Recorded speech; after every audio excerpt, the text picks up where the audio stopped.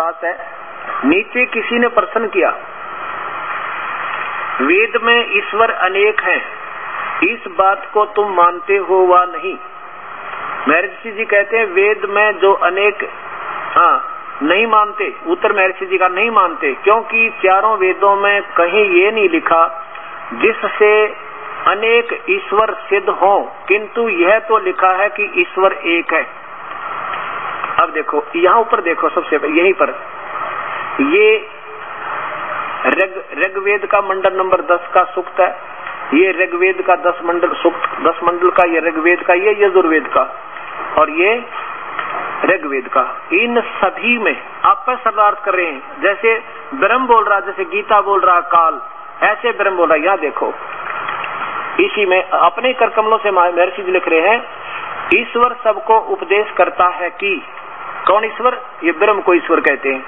मैं ईश्वर सबसे पूर्व विद्वान सब जगत का पति हूँ। मैं सनातन जगत कारण और सब धनों का विजय करने वाला और दाता हूँ। मुझे ही सबका जीव जैसे पिता को संतान पुकारते वैसे पुकारे। मैं सबको सुख देने हारा जगत के लिए नाना प्रकार के भोजन विभाग पालन के लिए करता हूँ। आगे देखो ब्रह्म बोल रहा है, मैं ऐश्वर्य परम ऐश्वर्यवान सूर्य के समान सब जगत का प्रकाशक हूँ। कभी पराजय को प्राप्त नहीं होता और न कभी मृत्यु को प्राप्त होता हूँ। मैं ही जगत का रूप धन का निर्माता हूँ। सब जगत की उत्पत्ति करने वाले मुझको ही जानो। हे जीवो, ऐश्वर्य प्राप्ति के लिए प्रयत्न करते हुए तुम लोग विज्ञान आदि धन को मुझसे मांगो। मैं तुम लोग मेरी मित्रता से अलग मत हो। फिर हे मनुष्यों, मैं सत भाषण रूप सतुति करने वाला मनुष्य को सनातन ज्ञान आदि, देखो ऊपर देखो, ये कै नंबर पृष्ठ है, ये है 187 और 88 पर देखो 188, धन को देता हूँ। मैं ब्रह्म, मैं काल। इन्होंने क्या कर दिया कि मैं, ये ब्रह्म बोल रहा, मैं ब्रह्म अर्थात वेद का प्रकाश करने वाला, अर्थात मैं वेद बोलने वाला हूँ। मैं वेद बोलने वाला और मुझको वह वेद यथावत कहता है, उससे सबके ज्ञान को मैं बढ़ाता हूँ। मैं सत्पुरुष का प्रेरक है, उस पूर्ण परमात्मा की प्रेरणा से मैं बोल रहा हूँ। सत्पुरुष का प्रेरक, यज्ञ करने हारे को फल प्रदाता और इस विश्व में जो कुछ है, यानी अपने 23 ब्रह्मांड के बारे में कह रहा है, उस सब के कार्य को का बनाने और धारण करने वाला हूँ। इसलिए तुम लोग मुझे छोड़कर किसी को, यानी और देवताओं को मेरे स्थान में मत मानो, मत पूजो, मत जानो। और देखो इसमें कमाल कर दिया, ये यजुर्वेद का मंत्र है 6, क्या लिखा है? ये गीता, यही वेद बोलने वाला काल ज्योति निरंजन ब्रह्म कहता है, हे मनुष्यों, जो सृष्टि से पूर्व, ओए होए, जो सृष्टि से पहले आदि पुरुष, सबसे पहले का भगवान और सूर्य आदि तेज वाले लोगों का उत्पत्ति, स्थान, आधार और जो कुछ उत्पन्न हुआ था, है और होगा, उसका स्वामी था और है और रहेगा। वह पृथ्वी से लेकर, यानी नीचे से लेकर सूर्य लोक पर्यंत सतलोक तक सृष्टि को बनाकर धारण कर रहा है। उस सुख स्वरूप परमात्मा की भी भक्ति जैसे हम करें वैसे तुम लोग करो। ये काल ब्रह्म कह रहा है, मैं भी उसकी भक्ति करता हूँ और तुम भी उसकी भक्ति करो। ये दो तो हो गए ना, एक तो ब्रह्म को ये भगवान बोलो तो वेद बोल रहा, और दूसरा जो है वो दूसरे भगवान की तरफ कहता है कि जैसे उनकी भक्ति मैं करूं ऐसे तुम भी करो। और इसी का प्रमाण आपने देखा था 15वें अध्याय के 4थे श्लोक में कि मैं भी उसके अधीन हूँ, और 18वें अध्याय के 64वें श्लोक में कि मेरा भी पूज्य देव वही है। और अब देखो ऋग्वेद में 3 भगवानों की, इन्हीं के कर कमलों द्वारा। अब दास के लिए ये समस्या होगी, मैं साची कहूँ और फिर इनका दर्द हो, सब कहने के ऐसे क्यों कर कह दिया। मैं नहीं कह रहा, ना मेरे दास में इतनी हिम्मत किसी की बुराई कर दूं, ना मैं इतना विद्वान मैं किसी की विद्या काट दूं। दास तो ये कहना चाहता है कि ये आप ही की लेखनी आप ही के पेश कर रहा हूँ, और फिर भी दास गलत कह रहा है तो मैं अपनी अक्षमा याचना कर लूंगा। मेरे से गलत शब्द निकल भी गया होगा तो मैं तो एक बालक हूँ आपका, और जिज्ञासु हो, अगर ऐसा गलत कह रहा हूँ तो आप बताओ मुझे, आप गलत कह रहे हो। और समाज को अच्छा ज्ञान दे दो कि वो गलत बता रहे हैं। आप फिर इनका सही शरणार्थ करके दिखाओ इसी के पैरेलल, जो दास बता रहा है कि इसमें ऐसा नहीं है। आज कोई बालक निरीक्षण बुका लेगा, कोई सब पढ़े लिखे बहन भाई बेटी शिक्षित है। अब देखो ऋग मंडल, ये महर्षि दानंद द्वारा ही इसका भाषावाच्य है। महर्षि दानंद सरस्वती अपने कर कमलों से, इसमें 10 मंडल में ले चलते हैं आपको। पहले ये देखिए ये कहां से प्रकाशित है। प्रकाशक है सर्वदेशी कार्य प्रतिनिधि सभा, महर्षि दान भवन, रामलीला मैदान, नई दिल्ली। फोन नंबर इतना। और इसके मंडल नंबर 10 में चलते हैं, सूक्त नंबर 90 का, मंडल के सूक्त नंबर 90 में। अब देखो 3 भगवान न्यारे न्यारे आप ही बता रहे हैं, अपने कर कमलों से लिख रहे हैं। ये देखिएगा सूक्त नंबर 90, ऊपर मंडल नंबर 10, सूक्त नंबर 90। और प्रथम ही मंत्र में, ये प्रथम मंत्र है। सहरसा सहस्र शीर्षा हजार शरवाला, सहस्र अक्षय 1000 आंखों वाला, देख सहस्र शीर्षा पुरुष है, 1000 भुजा वाला भगवान यो काल है, ज्योत निरंजन विराट। और सहस्र अक्षय सहस्र पात है, स भूमि विश्वत है, वर्तवा अतिष्ठत है, दशांगुलम पुरुष माने ये परमेश्वर। ये सहरसा शीर्षा माने 1000 भुजा वाला भगवान, ये लिखना था। 1000 भुजा वाला भगवान अभी आपने गीता में देखा, वो काल है, ज्योत निरंजन है। परमेश्वर संसार के सिरों वाला, नहीं सहस्र सिर वाला, 1000 सिर वाला, ये काल की तरफ संकेत है, ब्रह्म की तरफ। आगे देखो आंखों वाला है, और वह संसार भर के पैरों वाला है, वह जगत के महान उत्पादन कारण प्रकृति को सब तरफ से आच्छादित करके 10 इंद्रियों वाले शरीर को अतिक्रमांत करके स्थित है। इसका अर्थ तो कुछ और ही आप देखोगे गहरी उसमें परिभाषा प्रभु, फिर भी इन्हीं के आधार पर चलेंगे। ये तो एक नंबर के भगवान की महिमा ब्रह्म की। अब पर ब्रह्म की देखो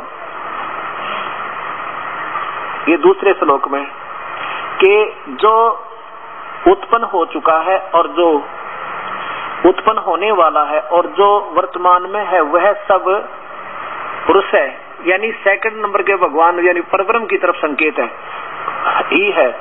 और वो अमृता अर्थात मोक्ष का स्वामी है। ये भी कुछ मोक्ष देता है, जैसे आपको बताओ ना, इनसे तो ज्यादा सथाई है, पर ये भी सही मोक्ष नहीं है, स्वामी है। और जो प्रकृति से बढ़ता है उसका भी स्वामी है। आगे देखो, और तीसरे में क्या बताया है, एतावान यानी इस दूसरे नंबर के भगवान की, अस्य इस पुरुष की यानी इस परमात्मा की जगत आदि विभूति है, इतनी ही इस परमात्मा की तो सतीची है।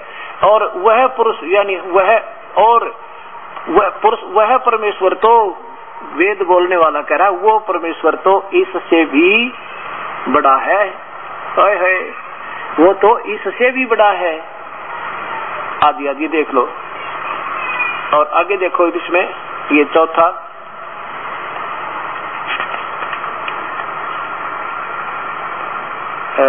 है तीनों पाद वाला अविनाशी यह परमात्मा ऊपर विराजमान होता है, ऊपर रहता वो तो ऊपर बैठा सतलोक में, अपने कर्मों से निकले विराजमान होता है तो किधर बैठेगा जाकर, आकार है उसका। ये आप देख लो, दास नहीं कह रहा, विराजमान होता है, वो बैठता वहां जाकर अपने ऊपर के लोक में। और इस का एक पैर ये उसके अंश है ऊपर और नीचे, और वह प्रभु सर्वत्र व्यापक है। और देखो वहां प्रकट होता है, वहां आकार में बैठा है।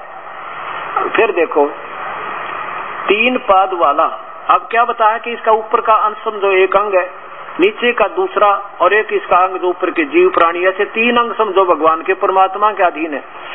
3 पाद वाला विनाशी यह परमात्मा पुरुष माने भगवान ऊपर विराजमान होता है, सतलोक में बैठा है ऊपर। आगे देखो इसका एक पैर पाद रूप जगत, और तो फिर यह यहाँ प्रगट होता है, वो फिर यहाँ प्रगट होता है। आगे देखो, और वह प्रभु वो परमात्मा सर्वत्र व्यापक है, व्याप्त है, वह खाने और न खाने वाले खाने लोग काल तो खाता 1 लाख प्राणियों को, और यो परब्रह्म खाता नहीं। इन दोनों से भी अर्थात ये तो अर्थात ही न कर दिया, खाने सने अनसने। ये देखो ऐसना और सने अनसने, यानी खाने वाले से और न खाने वाले से।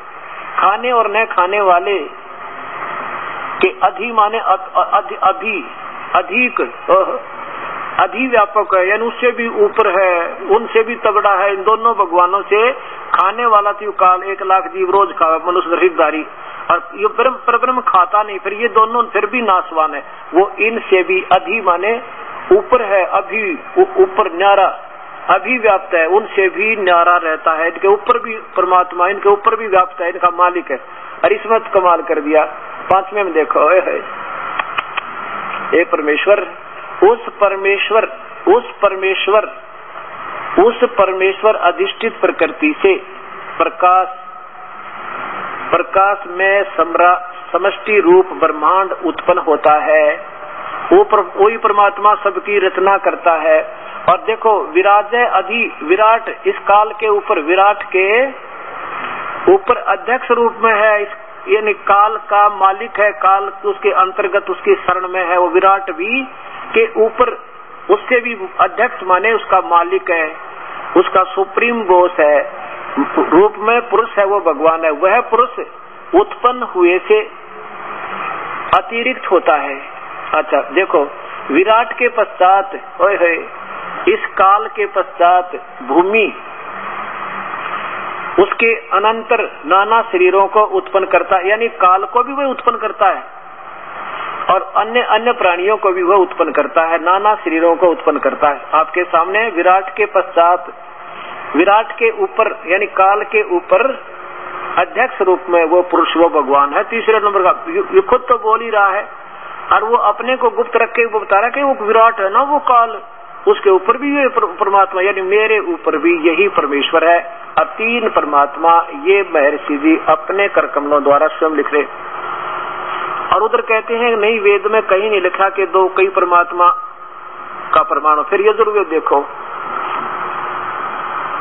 अब ये लिंक हो जाता है थोड़ा सा आपस में, ये इतनी जटिल विद्या बन गई। है तो बिल्कुल सिंपल, पर ऐसे ही उलझ गई, क्योंकि अभी सारे उलझे हुए सुलझाने के लिए 20 प्रमाण देने पड़ेंगे। यहाँ देखो, अब यजुर्वेद के 5वें अध्याय के 2 श्लोक और 40वें अध्याय का 1 श्लोक कति क्लियर करेगा।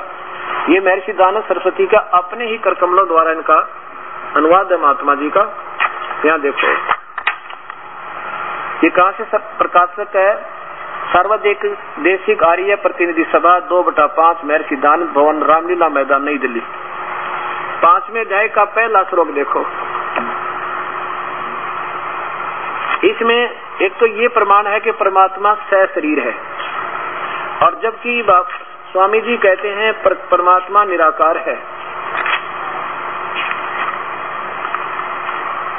अब यहाँ इसके धीरे धीरे सारे प्रमाण साथ चलेंगे तब ये बात बनेगी। 5वें अध्याय का ये प्रथम श्लोक देखो।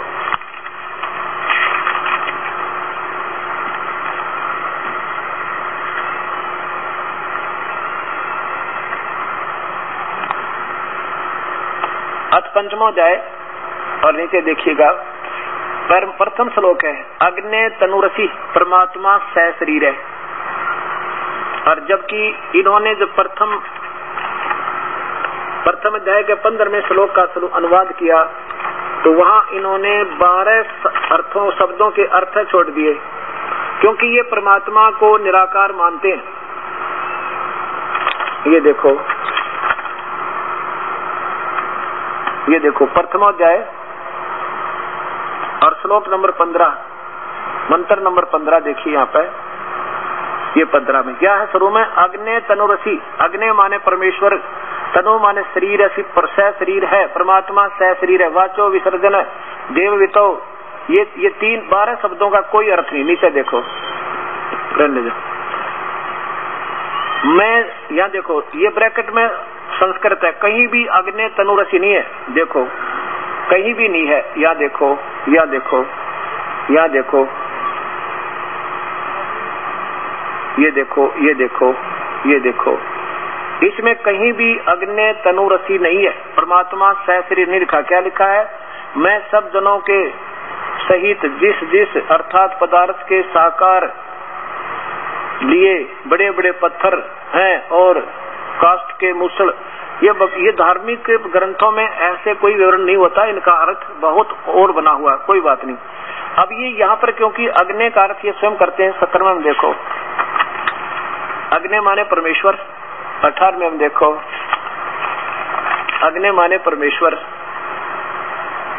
और इन्हीं की व्याख्या के आधार पर सैकड़ों स्थान पर आपको दिखाऊंगा परमेश्वर अग्नि माने परमेश्वर। यहाँ इन्होंने क्या लिखा देखिएगा, अग्नि तनुरसी, हे मनुष्यों तुम लोग जैसे मैं जो, यानी ब्रह्म बोल रहा है, काल अपने बारे में कह रहा है कि मैं जो हवि अग्नि, अग्नि माने या ईश्वर लिख देते तो सीधा बन जाता अग्नि। और देखो तनु माने शरीर, असी माने परमात्मा सह शरीर है, पर ईश्वर सह शरीर है, ये सीधा अर्थ बन जाता है। इसमें बालक तो बालक होना, तो 8वीं क्लास का संस्कार जानने वाला वो भी इसको सर्लात कर सकता है। ये कोई लंबी चौड़ी कहानी नहीं है। देखो अग्नि तनुरसी, विष्णुवे तवा सोमस्य तनुरसी। विष्णु माने सर्वव्यापक परमात्मा, सबका पालन करता, उस सर्व पालन करता। सोमस्य माने अमर पुरुष का, तनु माने शरीर, असी माने है। वो 2 बार लिख दिया इकट्ठा। और ये स्वयं ही 5वें अध्याय के 35वें श्लोक में स्वयं स्वीकार करते हैं कि सोम माने परमात्मा, पर जगदीश्वर।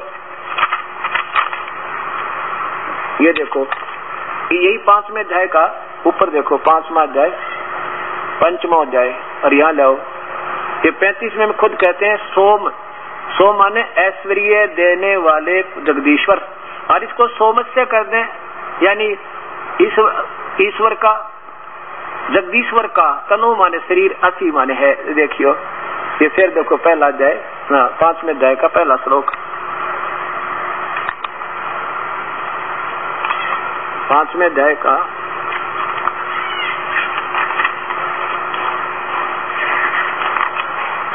ये 5वें अध्याय का पहला श्लोक फिर देखो। अब आसानी से आप कर सकते हैं, कोई 10वीं क्लास का बच्चा भी कर देगा इसमें। देखियो अग्नि तनुरसी, परमेश्वर सह शरीर है। विष्णुवे तवा सोमस्य तनुअसी, विष्णु माने सर्वव्यापक उस सर्वव्यापक परमात्मा, सोमस्य माने अमर पुरुष का, सत्पुरुष का, सोम माने सदा रहने वाला अमर पुरुष का, तनु माने शरीर, असी माने है। अच्छा यहाँ क्या बोल रहे हैं? जैसे ब्रह्म बोलता है, हे मनुष्यों तुम लोग जैसे मैं जो हवि बिजली प्रसिद्ध रूप अग्नि का तो शरीर बताओ भगवान, ये महाराज जी, स्वामी जी, अग्नि के शरीर के समान है। चलो उसको यज्ञ की सिद्धि के लिए स्वीकार करता हूँ। ये तो ब्रह्म बोल रहा है यहाँ पे, ठीक है ना, वेद बोलने वाला। और फिर 32वें श्लोक में क्या बतावा है, यही 5वें अध्याय के में, कि हे जगदीश्वर, यानी उस पूर्ण परमात्मा की तरफ संकेत कर रहे हैं कि हे जगदीश्वर आप, ये देखो 32वां श्लोक, उसका नाम भी लिखा कबीर, आप ही पाप कर्म काटने वाले हो। क्या देखो 5वां अध्याय, 5वां अध्याय और 32वां मंत्र है। उसी गसी, नाम भी बताओ भगवान, वेद बोलने वाला बता रहा है, उसी गसी जो परम शांतिदायक, वास्तव में ऐसा बनता। फिर भी इन्हीं के शब्दों में दिखाऊंगा। कबीर अंगारी असी, उसका नाम कबीर लिखा है। अब जैसे इस यजुर्वेद का ये हटा दे, आप मान रे हटा दे और यहाँ 2 बिंदी ला दे, तो फिर भी यजु लिखोगे ना तो भी ये वेद लिखना पड़ेगा कि वो यजुर्वेद है। चाहे बेशक अकेला यजु भी लिखा होगा तो भी यजु इसका संकेत इस पूर्व पवित्र पुस्तक की तरफ ही होगा। जो बहन भाई संस्कृत जानते हैं उनको खूब ज्ञान हो जाएगा। अरे तो बिना संस्कृत वाले भी समझ जाएंगे दास की परमात्मा की ऐसी कृपा। दास अंगारी ऐसी बम्बारी ऐसी, देखो इन्हीं के शब्दों में, हे जगदीश्वर, यानी ब्रह्म तो बोल रहा है, काल वहां तक कहता मैं, अरे दूसरे भगवान की तरफ संकेत है, हे जगदीश्वर जिस कारण आप कांतिमान है। अंगारी माने पाप कर्म काटने वाले लिखना था, कोई बात नहीं। खोटे चलन वालों के शत्रु, हम कहते हैं अंगारी माने पापों के शत्रु, दुश्मन हो, आप पाप कर्म खत्म कर देते हो। और कबीर, वह कबीर अंगारी असी, वह कबीर परमात्मा है, कबीर है। कबीर असी माने यहाँ लिख रहा था कबीर देव है, वो कबीर परमेश्वर, कबीर साहेब है, बस कोई बात नहीं। एकांत प्रजय है। आगे देखो, बंधनों के शत्रु बंधन काट, अब देखो बंधन काटने वाले पापों का विनाश कर दे, कर्मों का बंधन कर्म दंड काट दे। बंधन काटने वाले कर्मों के बंधन में जीव बंधा हुआ है। बंधनों के शत्रु यानी हम उसके बंदी छोड़ कहते हैं। तारा आदि तंतुओं के विस्तार करने वाले हैं आदि आदि। प्रशंसीय सेवा युक्त स्वयं शुद्ध हैं और सब को शोधने वाले और अच्छे प्रकार प्रकाशमान है। पदार्थों के को अति सूक्ष्म पवित्र सभा के कल्याण में करने वाले हैं। जैसे हर्षित और दूसरों के पदार्थ हरने वालों को मारने वाले हैं। जैसे होम द्रव्य को यथा योग्य व्यवहार में लाने वाले और दुख सुख को सहन करने कराने वाले हैं। जैसे अंतरिक्ष को प्रकाश करने वाले और रतधामा, आप सतलोक में रहते हो।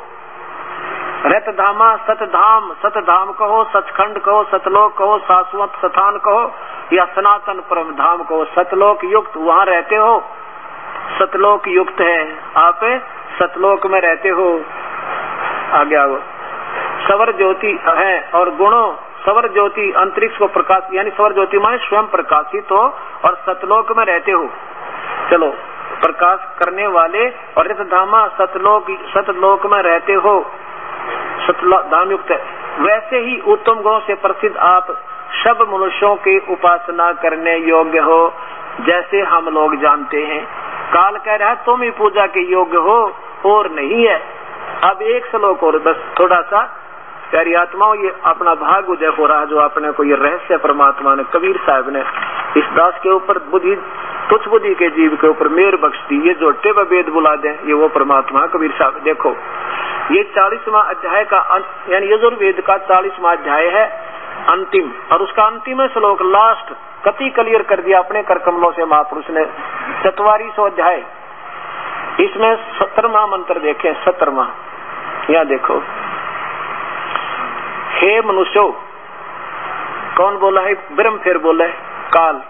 हे मनुष्यो, जिस ज्योत स्वरूप रक्षक मुझसे अविनाशी यथार्थ कारण के आच्छादित मुख के तुल उत्तम अंग का प्रकाश किया जाता है। ये तो अपना बता दिया, फिर बताया कि जो वह प्राण व वायुमंडल में यानी ऊपर सतलोक में रतधाम में पुरुष है माने पूर्ण परमात्मा है। कोई अपूर्ण भी है तभी पूर्ण हुआ, दो तो यही हो गए। अपूर्ण है तो पूर्ण लिखा, एक भगवान नीचे का है, एक उस तो ऊपर का, दो हो गए ना। नहीं तो पूर्ण शब्द लिखने की आवश्यकता नहीं थी, तो भगवान एक ही होता था।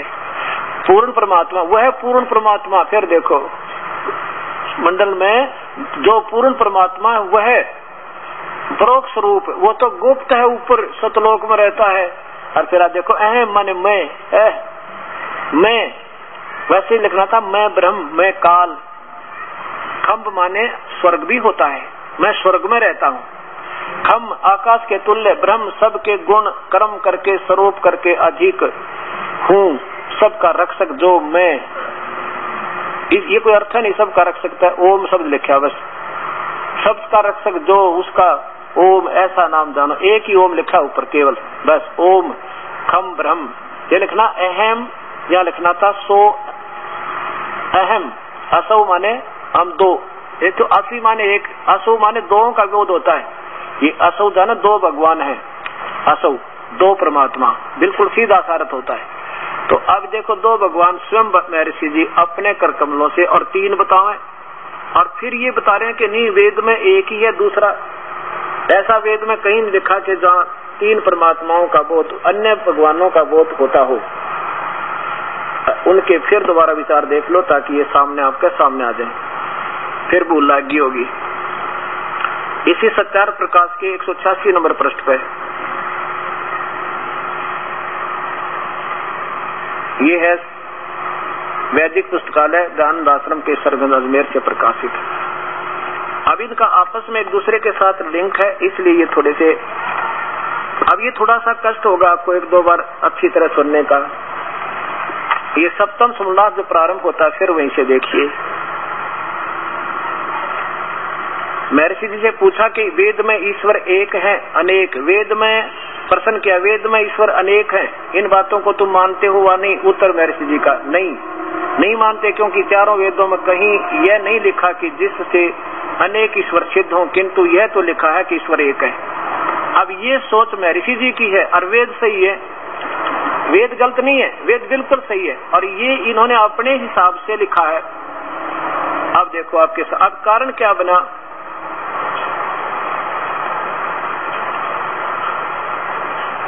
अब आपके सामने अब ये है कि जिन महापुरुषों ने जो महर्षि दयानंद जी के विचारों से प्रभावित है, उन्होंने केवल सत्यार प्रकाश पढ़े और इन्होंने जो टिप्पणी दी उसके आधार पर चलते रहे, वेद नहीं देखे।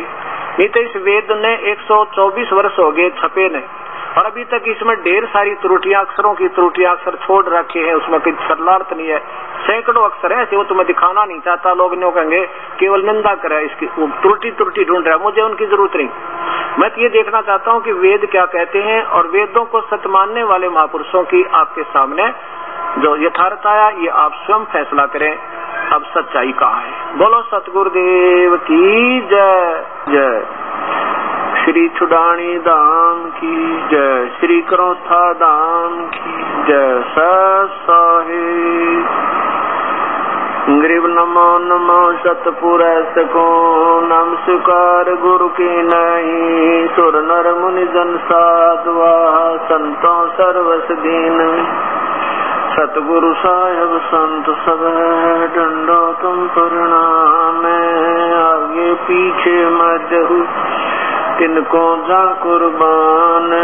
निराकार निर्विषम काल जाल वै वंदनाम, निर्लेपम निज निरगुण अकल अनुपवेशो नदुनाम। सोहम सुरति समापताम सकल समाना नीरतल, उज्ज्वल हिरंबर हरदमाम बेपरवा अथा है वार पार नहीं मद। तुम गरीब जो सुमर सिद्ध होई, गणनायक गलताना करो अनुग्रह सोई। पारस पद परवाना आदि गणेश मनाऊं, गणनायक देवन देवा चरण कमल लोलाऊं। आदि अंत करु सेवा परम शक्ति संगीता, रिद्धि दाता सोई अवगत गुण यतीतम। सत्य पुरुष निर्मोही जगदम्बा जगदीशम, मंगल रूप मुरारी तन मन अर्पो शीशम। भक्ति मुक्ति भंडारी सुर नर मुनि जन ध्यावे, ब्रह्मा विष्णु महेशा शेष सहस मुख गावे। पूजन आदि गणेशा इंद्र कुबेर सरीखा, वरुण धर्म राय जावे। समर्थ जीवन जी का मन इच्छा फल पावे। 33 कोटि अदारा गावे से 88 उतरे भव जल पारा। कट है यम की तोषी 33 कोटि अदारा गावे से 88 उतरे भव जल पारा। कट है यम की फांसी सत साहेब कर जोरों विनती करो, धरो चरण पर शीश। गुरु राम देवानंद जी महाराज ने दियो नाम बख्शीश। कोटि कोटि सिजदा करो, कोटि कोटि प्रणाम। चरण कमल में राखियो मैं बांधी जाऊंगा। अवगुण किए तो बहुत किए, करत न मानी और। बावे बंदा बख्श दियो, बावे गर्दन उतार। अब गुण मेरे बाप जी बख्शो गरीब नवाजे। जो मैं पूत कपोत हूँ बहुर पिता को लोज। मैं अपराधी जन्म का नक्शक बरे विकारे, तुम दाता दुख भंजना, मेरी करो जय अब कै सतगुरु मिले, सब दुख आँखों रो, चरणों ऊपर शीश धरूं, कहूँ जो कहनी हो। गुरु जी तुम ना भूलियो, बांग लाख लोग मिल जाही, हमसे तुमको बहुत है, तुमसे हमको न। पूता तेरे दरबार का मोतिया मेरा नाम, गले प्रेम की जेवड़ी, आँखें तो वहाँ जाऊं, तो करो तो बावड़ू, दूर दूर करो तो जाऊं, जो रखो तो ही रहूं, जो देवो सुख। परम पिता परमात्मा पूर्ण ब्रह्म सारी सृष्टि के रचनहार कुल मालिक कबीर परमेश्वर की असीम कृपा से ऐसे कलयुग के अंदर ये शुभ समागम हो रहे हैं।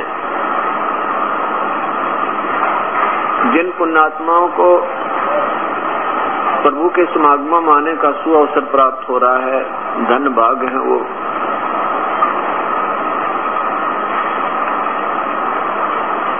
मानव शरीर का एकमात्र यदि हमने उपयोग लाभ लेना है, उपयोग करना है, तो केवल प्रभु प्राप्ति, परमात्मा का भजन,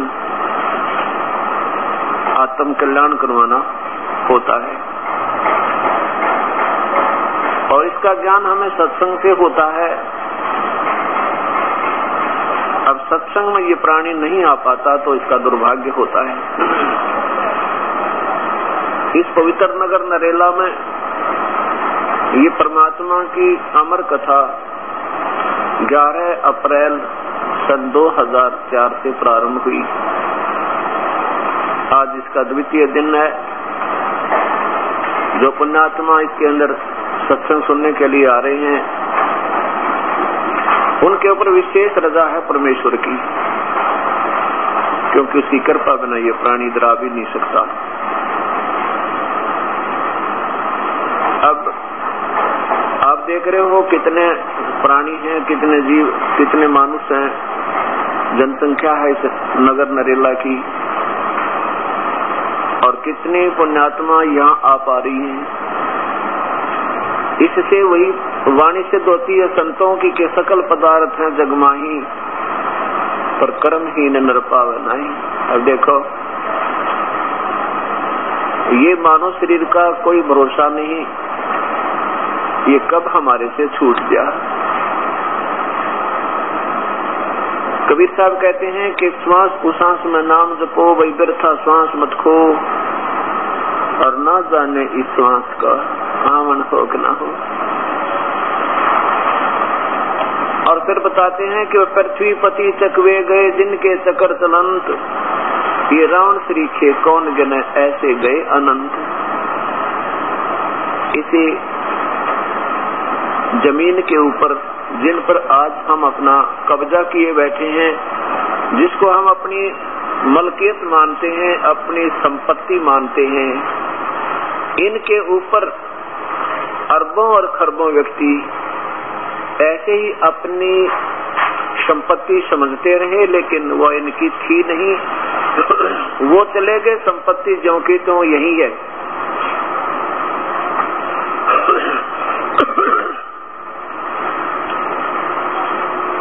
इस बारे में परमात्मा कहते हैं कि काया तेरी है नहीं, ये माया कहां से हो। नादान, जब तेरा शरीर अपना नहीं है तो संपत्ति तेरी कैसे मान लिया आपने, ये भी जाना है तेरे हाथ से छूट जाएगा। काया तेरी है नहीं, ये माया कहां से हो। चरण कमल में ध्यान रखो, इन दोनों को खो।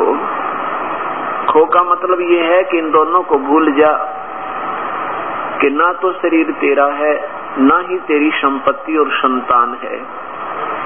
जिस दिन ये प्राणी यहाँ से निकल जाएगा इस शरीर को त्याग कर, ना संपत्ति साथ चले, ना परिवार साथ चले। इस दृष्टिकोण से सोचता हुआ कि ये संसार मिथ्या है और ये संपत्ति और संतान तेरी नहीं है, लेकिन ये भी नहीं है कि इनसे नफरत हो जावे या रुचि ना रहे, ऐसा नहीं है। हमारा जो प्रारब्ध है, संस्कार है, उसको हम पूरा करेंगे और साथ में परमात्मा के नाम को, परमात्मा के ध्यान को, परमात्मा की सेवा को सर्वप्रथम रखते हुए हम सब काम करते रहेंगे।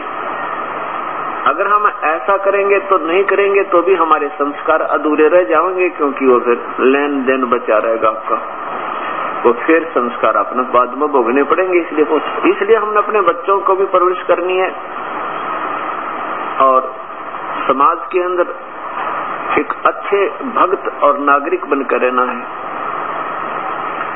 बीड़ी शराब मांस तंबाकू कोई अमल नहीं करना, किसी की आत्मा दुखी नहीं करे। चाहे एक समय रोटी ना प्राप्त हो कोई बात नहीं, पर किसी की आत्मा दुखा के और 2 नंबर का काम करके या कोई रिश्वत लेकर अपना पेट पोषण नहीं करे, परिवार पोषण नहीं करे, ये एक अच्छे नागरिक के गुण होते हैं। फिर उनके निकट परमात्मा स्वयं होते हैं।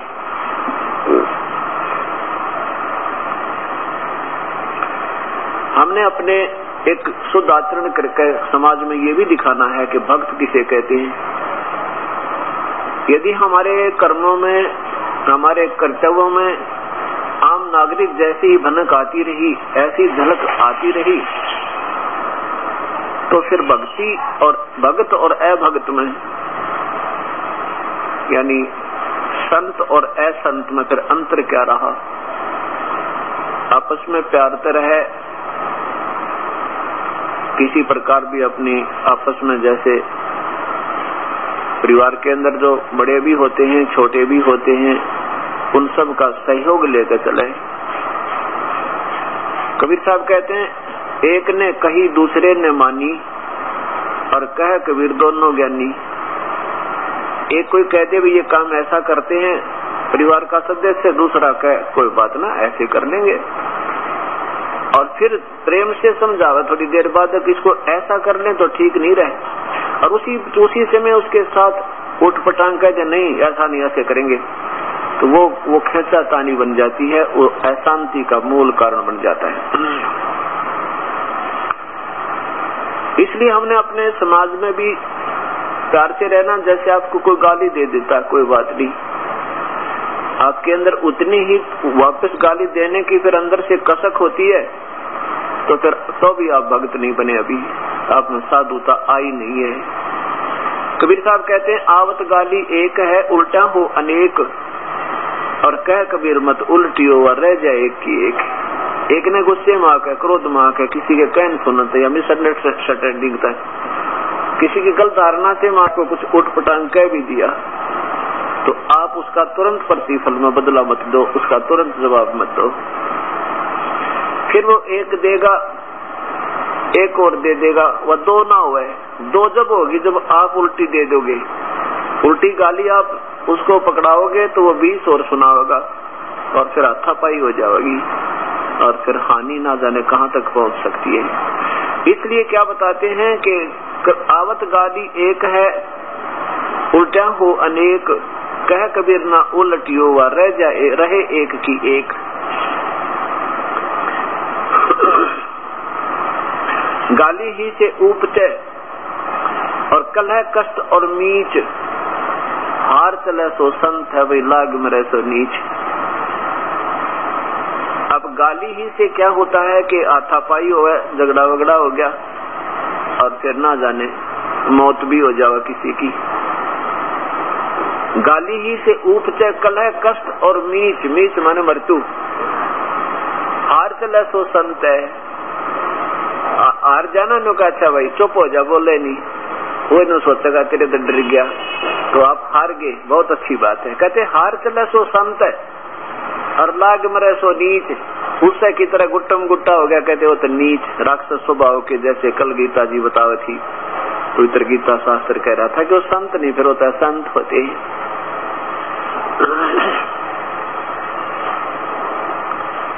अब हमने अपने संस्कारों को भी पूरा करना है, साथ में अपने अंदर बहुत ज्यादा सुधार लाना है, ताकि आम समाज भी ये कहे भी भक्ति हो तो ऐसी संत भक्त हैं तो ये हैं जिनमें बीड़ी शराब मांस तम्बाकू का कोई व्यसन न हो और झूठ बोल कर अपना धंधा नहीं बढ़ावे, किसी की आत्मा दुखाने के लिए झूठ ना बोले। अब जैसे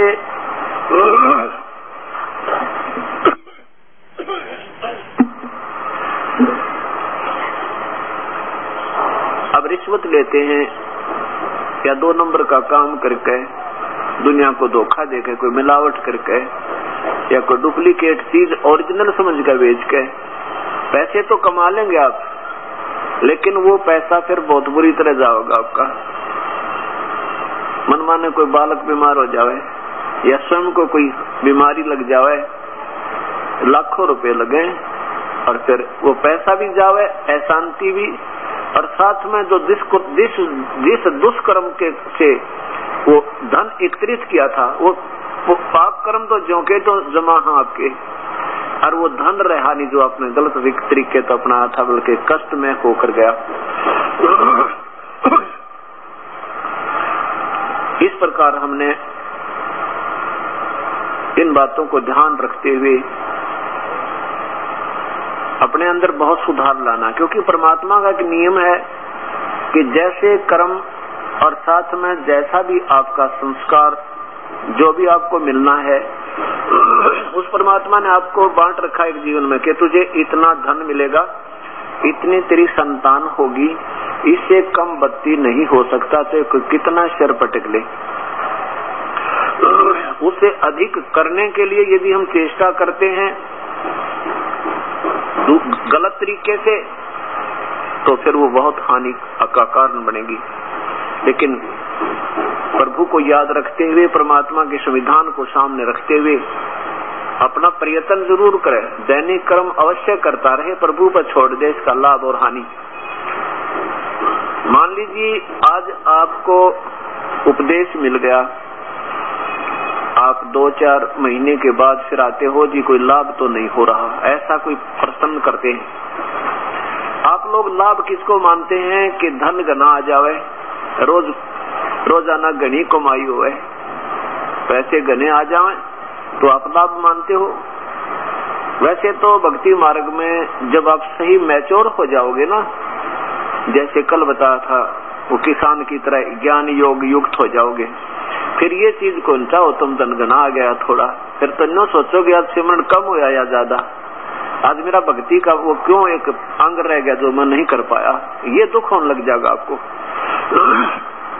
फिर भी ये परमात्मा वो पूर्ण ब्रह्म है, परमेश्वर पूर्ण ब्रह्म, कबीर साहब सतपुरुष, ये वो शक्ति है कि हमारे भाग से ज्यादा भी दे देगा और अच्छे तरीके से दे देगा। आपने 2 नंबर का काम करना भी नहीं पड़ेगा, विश्वास रखना अपने मालिक पे। अब जैसे आपने 4-5 महीने पीछे बताया, दास गुरु जी क्या को आके कहने लगे जी कोई लाभ तो ना होया, और पहले क्या होता था, पहले बताते थे जी बहुत नुकसान हो चुका है, हमने ये भी नुकसान हो गया, पशु भी बिगड़ गए, व्यापार भी कति चौपट हो गया, एक बालक बीमार हुआ था उसका कम से कम भी 1.5 लाख रुपया लग गया।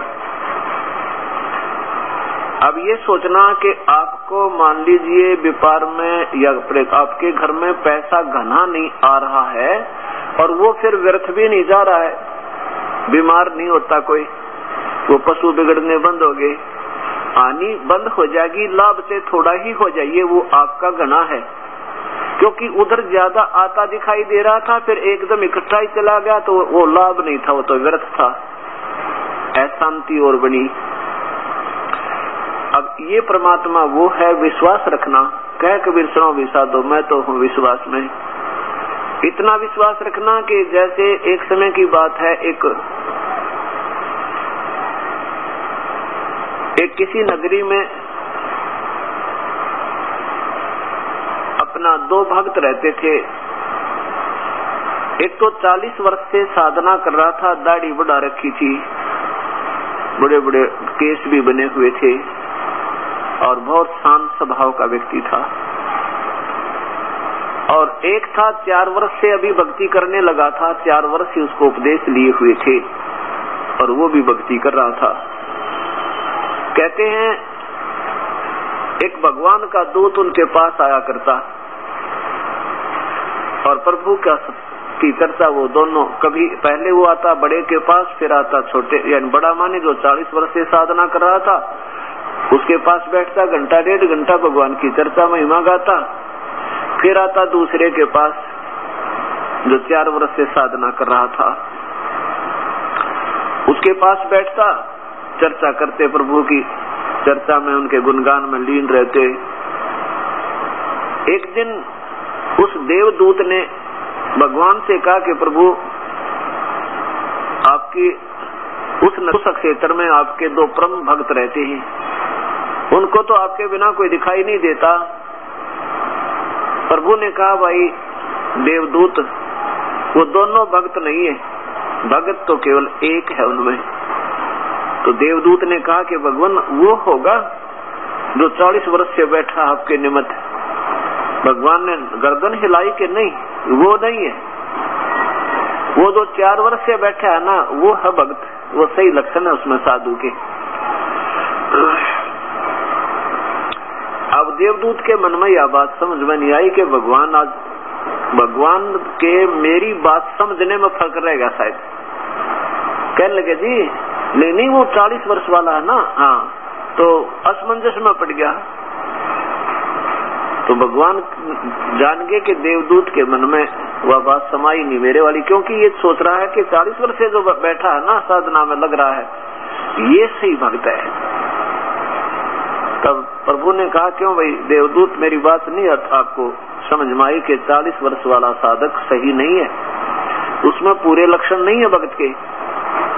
देवदूत ने कहा कि ऐसी कोई बात नहीं प्रभु, आपकी बात ऐसा तो हो ही नहीं सकती, लेकिन मेरी बुद्धि तुच्छ है, मैं इसको समझ नहीं पा रहा आप किस बात से कह रहे हो। तब प्रभु ने कहा कि ऐसा करना देवदूत, आज देर से जाना उनके पास, और देर से जावे तो फिर वो कारण पूछेंगे देर से आने का, फिर तू ऐसे ऐसे बताना, और फिर वो क्या उत्तर दे मुझे बताना। फिर आप निर्णय करना कौन संत है, कौन असंत है, कौन भक्त है, कौन है भक्त है।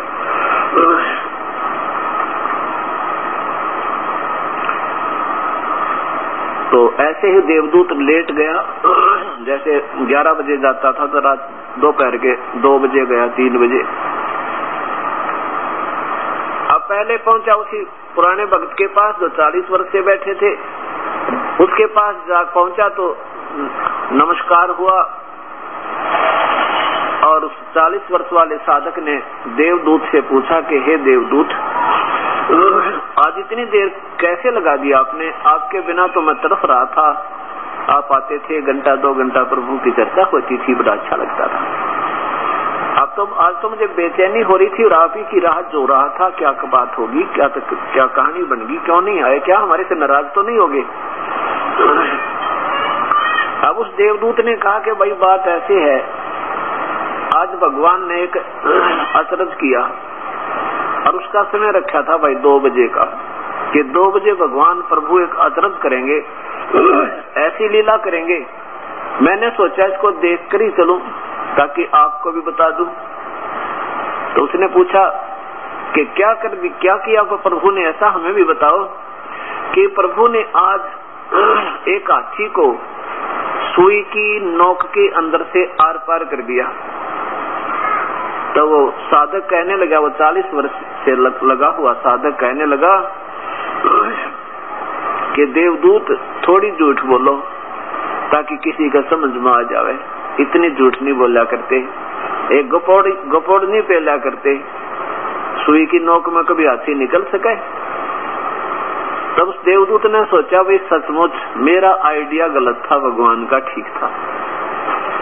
मेरा जो विचार था बिल्कुल तुच्छ है, प्रभु बिल्कुल ठीक कह रहे थे कि वो तो बिल्कुल पशु बैठा है, डांगर है निरा। जिसने भगवान पे विश्वास नहीं फिर किस लिए साधना कर रहा नादान, तू उठ कर चला गया। ने बोला बस तेरे तो दर्शन भी अच्छे को नहीं। जिसने विश्वास प्रभु पे नहीं है, परमात्मा ये नहीं कर सकता, परमात्मा वो नहीं कर सकता, तो वो फिर प्रभु की तलाश किस लिए कर रहे हो? जब अपने जैसा पाए जाए और वो अपने जैसा ही कुछ करे नहीं सकता, ऐसी अनहोनी वो नहीं कर सकता, तो प्रभु नाम क्यों है उसका? उठ कर चल पड़ा। फिर आया दूसरे के पास जो 4 वर्ष से साधक था। उसने भी यही कारण पूछा कि देवदूत आज बहुत लेट आए, देर से आए, क्या बात होगी? कोई मेरे से गलती होगी क्या जिससे आप नाराज हो गए हो? मैं तो यही चिंता कर रहा था और आपकी राह जो रहा था, मुझे तो बेचैनी होगी थी कि क्यों नहीं आए। 2 घंटे ईश्वर चर्चा होती थी, आपके सारे हमें भी गुणगान करने का सुअवसर मिला था। अब देवदूत ने कहा भाई क्या बताऊं तो किसी का जच्चा नहीं, और बताए बिना मेरा पच्चा नहीं। बताऊंगा जरूर, हक बता दो, क्यों नहीं बताओ, कुछ भी है। आज देर होने का कारण ये हुआ कि भगवान ने 2 बजे, प्रभु ने आज 2 बजे का तरद करना था, और मैंने सोचा वो देख कर चलूं ताकि उन भक्तों को भी बताऊं। अब क्या किया वो प्रभु ने ऐसा कि भाई भगवान ने ना, प्रभु ने हाथी को सुई की नोक के अंदर से आर पार कर दिया। भाई मैं तो बड़ा समंजस में पड़ा देख के उसको। तो वो 4 वर्ष वाला साधक कहता है बस प्रभु काट दे सारी पृथ्वी ने सुई की नोक में गए, आप हाथी की बात करो। ये क्या दर्द हुआ? सीने से लगा लिया उस देवदूत ने उस प्यारी आत्मा को। धन है तेरे माता पिता ने, धन है तेरे माता पिता ने जितना दृढ़ विश्वास मालिक पे है। तो परमात्मा कहते हैं कि नाम लिया तो क्या हुआ जब मन में नहीं विश्वास है, फिर के जाप करा जब परमात्मा विश्वास नहीं है। और परमात्मा की डिक्शनरी में, शब्द कोश में इम्पॉसिबल वर्ड नहीं है, असंभव शब्द नहीं है। और जब परमात्मा के बारे में कोई कहता वो ये नहीं कर सकता, वो कर्म नहीं काट सकता, वो साड़ी नहीं बढ़ा सकता द्रौपदी की, वो नरसी की हुंडी नहीं ले सकता, या वो नरसी का भात नहीं भर सकता, या धन्ना के कंकर बीजी थी उनमें जवार नहीं, मतीरे होते हैं बड़े बड़े तुम्बे, ये बड़ी घिया कद्दू टाइप इतने बड़े बड़े, और उनमें जवार पैदा कर दी मालिक ने, बड़े बड़े पाए बिल्कुल स्वच्छ, ये भी नहीं कर सकता। तो परमात्मा क्या हुआ? तो आप अपने तो भी गया गुजरा कर उसने कौन याद करे? तो इसलिए हमने सबसे पहले अपने प्रभु पर विश्वास रखना चाहिए, दृढ़ विश्वास हृदय से। अब जैसे हम 2 नंबर का काम करके और कितना कमा सके और फिर उसका प्रतिफल हमें कितना भयंकर भोगना पड़ेगा। एक बहन ने उपदेश लिया और उसने उपदेश लेने के 2 वर्ष के बाद, वैसे तो नौकरी करता उसका पति, फिर भी हमारे अंदर थोड़ी सी माया कमाने की वृत्ति ज्यादा ही बनी रहती है। सो चिंताएं हैं, वो लड़की शानी होगी, ब्याहनी पड़ेगी, एक नौकरी से काम नहीं चलता, पर हम कोशिश यही होती है कि धन थोड़ा सा हो जावे। तो उसने क्या किया, कहा, कहने लगी जी मेरा एक भाई है, वो थोड़ा विकलांग है, और मैं और वो मेरा भाई दोनों मिलकर एक कपड़े की दुकान घर पे कर लें, कपड़ा रख लें, जैसे बेच दिया करेंगे। मैंने उससे कहा बेटी देवे, इतने बड़े बड़े शोरूम रहे इसमें शहर में, तेरे घर पे बता कौन कपड़े लेगा? फिर भी क्योंकि उन्होंने तो अपना पूरा तैयारी कर ली थी, ऐसा कर लेंगे सब कुछ, जब वो केवल आगे लेने आए थे, फिर वो अग्रम मग्रम कहने लगी माँ बेटी फिर ठीक से कर लो, तो थोड़ा मन मान रहा था, आपका कर लीजिए। अब 6 महीने के बाद 7-8 हजार का नुकसान हो गया कि बिक्री हुई, कोई नहीं उधार होगी। फिर उन्होंने कहा जी ये तो नुकसान हो गया हमारा, तो कपड़ा भी ना बिक क्या हो सारा उधार में, नुकसान हो गया 7,000 का। वैसे तो नुकसान नहीं था क्योंकि वो उधार में पड़ा ही है, नुकसान तो था ही नहीं। फिर भी हमने जो, तो वो कहने लगी, मैं बोला वे कोई बात नहीं, परमात्मा करे सो ठीक ही करे। अगर जी 100 की 100 बात है, बिल्कुल आपकी 100% बात है। जो ये करें वो ठीक करे हैं, नुकसान हो बेशक हो गया तो हो गया, ये हमारे फायदे में हुआ है। मतलब इतना दृढ़ विश्वास उस बहन का ऐसा होना चाहिए। राज्य क्रमता राम की रजा धरे जो शीश, दास गरीब दरस प्रस्तिस बैठे जगदीश। जो परमात्मा की राजी में रजा में राजी रहे उसको भगवान मिला करे। इतना विश्वास देखकर उस लड़की का मैं बड़ा प्रसन्न हुआ। मन तो नहीं सोची थी हमारे इसे तो मन है 100 सुख हो जाए, उसके बाद पहले उसको काफी लाभ, और जैसे शारीर में कष्ट था, बच्चा में तकलीफ थी, वो सारा लाभ हो गया था। और न्यू आई थी मन में, क्योंकि जब तक हमें दृढ़ विश्वास और ज्ञान पूरा ना होता तो एक काम ना रहता, हम ढीले उठ छोड़ दें। हम ये सोच लेते हैं कोई लाभ नहीं होता, हो सका मैंने न सोची ये परमात्मा करे ये लड़की बेचारी अपनी दिशा ना बदल ले 5-7 हजार के नुकसान में सोच के, पर उसको मतलब और दृढ़ विश्वास मिला। और उसका क्या फल मिला उसको, वो कहने लगी जी मैंने एक जगह कोई प्लॉट के लिए अप्लाई करना था, किसी शहर में अप्लाई कर दूं, वहां पे देख ले, बंदी छोड़ का नाम ले। वो उसका प्लॉट निकल गया। प्लॉट निकल गया तो उसने उसके ऊपर भी फिर किसी ने जाल साजी कर ली थी, वो भी गया होता। फिर एकदम मालिक ने दया करी, उसको किसी ने बता दिया कि तेरा तो प्लॉट रीसेल होने वाला था, वो भी कृपा बख्शी मालिक ने। फिर जब उसने संकल्प किया कि अगर ये प्लॉट मेरा निकला हुआ तो एक खुला पाठ कराऊं, मैं कहा ये तो तेरी अपनी भावना है, मालिक ने कुछ लेना देना नहीं होता, आप दान करोगे आप ही को मिलेगा, परमात्मा लेता नहीं देता ही देता है। तो उसको उसका प्लॉट निकला, फिर उस पर कुछ ऐसी दिक्कत होगी, वो भी फटाफट सुलट गई और फिर उसने सेल कर दिया। वो काफी बेनिफिट हुआ उसमें, इतना हुआ कि वर्णन नहीं कर सकते। और अब उसने खुला पाठ जींद में रखवा रखा है, जो 16 से 19 को होगा। अब उसको बता बेटी अगर तो उस दिन आप ढीले उठ छोड़ जाती है ना कि लाभ हुआ 7,000 का नुकसान हो गया, तो सारी उम्र त्रिज्ञों की नो दुर्गती रहो और भगवान दूर हो जाता, भक्ति में भाव नहीं, परमात्मा से दूर हो जाती। और तेरे उस दृढ़ विश्वास ने देखकर जो आपने ये विचार जो कहे, मैं गदगद हो गया था उस दिन के, कितनी अच्छी बात की इस लड़की ने, जरा सा भी मन में शिकन नहीं आई, और आज तेरे कितने ठाठ कर दिए। जब जो अब इस पाठ के ऊपर कितना पैसा लगा है, इसमें पैसा लगावेगी 5 दिन 4 दिन में, तो उसका बेनिफिट और कितना होया होगा हिसाब लगाना।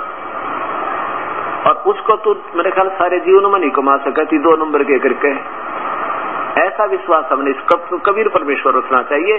कहते हैं ना जाने किस मार्ग से परमात्मा और कैसे रजा बख्श दे, छप्पर पाड़ के दिया कर भगवान, यूं ऐसे देता है।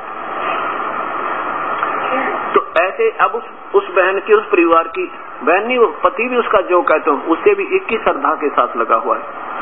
अब उस परिवार में कितनी श्रद्धा प्रभु की बड़ी होगी और ज्यादा, और कितना भाव बनेगा, दिन रात याद आओ मालिक। तो ये वो कबीर परमात्मा है कि यदि हम इसके हर नियम पर खरे उतर जाएंगे तो फिर देखियो ये है वो भगवान जो सदा सुखदाई, सदा सहाई परमेश्वर, कर्मों के बंधन को काटने वाला, सतलोक ले जाने वाला, काल की कारागार से छुटवाने वाला, आयु जीव की उम्र बढ़ाने वाला और सतलोक में पहुंचाने वाला, ये कबीर देव है, कबीर परमेश्वर है, पूर्ण ब्रह्म है, सारी सृष्टि का रचनहार है। तो इस प्रकार हमने परमात्मा को और सत्संग को एक नंबर पर रखना पड़ेगा इस मार्ग में, यदि सफल होना है परमात्मा के में। हम थोड़े से चिंतित ज्यादा हो जाते हैं, आसपास सत्संग होता है और सोचते रहते हैं आज नहीं कल चलेंगे। एक भगत जी कह रहा था जी यह बात तो मेरा पक्की अक्ल लागी कि आसपास सत्संग होता मैं डटू नहीं आया करूंगा, से 100 काम छोड़ने पड़े। एक बार क्या था कि जींद खुला समागम हो रहा 5 दिन का, पहले थोड़ी संगत थी, 10-15 हजार होगी ज्यादा से ज्यादा। तो उसने सोचा भी पहले हम 7 दिन का भी करते थे, कभी 5 दिन का भी करते थे, 7 दिन का सत्संग था। उसने सोचा और छुट्टी ले ली, छुट्टी भी नहीं मिल रही थी, नौकरी सरकारी नौकर था। मैं बोला जी ऐसी स्थिति थी कि इलेक्शनों का कोई टाइम था और छुट्टी नहीं मिल पा रही थी, और वो छुट्टी भी मिल गई, रजा हुई मालिक की ऐसी कृपा बख्शी। और फिर भी ढीले उठ छोड़ गया ना, सोचा पीछे से चलूंगा लास्ट के 3 दिन में, इतने पहले क्या करूंगा जाके। वो कहने लगा जी मेरे मन में इतनी आई थी, इतने में एक रिश्तेदार आ गया। जिस दिन मैंने चलना था उस दिन नो सोच ली फिर चलूंगा 2 या 3 दिन पहले, 4 दिन पहले चल पड़ूंगा। अभी क्या करूंगा? इतने में एक रिश्तेदार आ गया और बहुत निजी। वो कहने लगा मैंने एक भैंस मोल लेनी है और भैंस चला। अब उसके साथ हो लिया, पहले तो सारे गांव में घूमया, फिर दूसरे गांव में गया, फिर किसी डेयरी में गया, वहां भी बात नहीं बनी। फिर 100 किलोमीटर पहुंचे, एक चीन बताई, वहां एक जोटी में देखा था भैंस बहुत बढ़िया, वहां पहुंच गए। 7 दिन में धक्के खाकर न्यू के न्यू आगे, ना तो वह भैंस मिली और सत्संग सुन पाया ना, और कम से कम 1000-500 रुपये घर लागिए।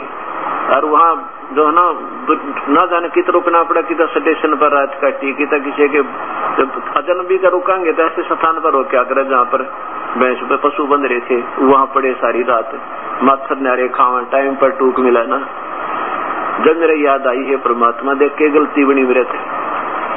अगर मैं उस पहले दिन जाना था, उस दिन निकल जाता, अगर उसी दिन चला जाता, जैसे आज समागम प्रारंभ होना था और उससे पहले दिन आने का फर्ज बना था, नहीं उस दिन तो सुबह चलना था। तो बोला जी शाम ना आ गया, सुबह में टाल मटोल कर गया, शाम ना बैठा बटे बहन का।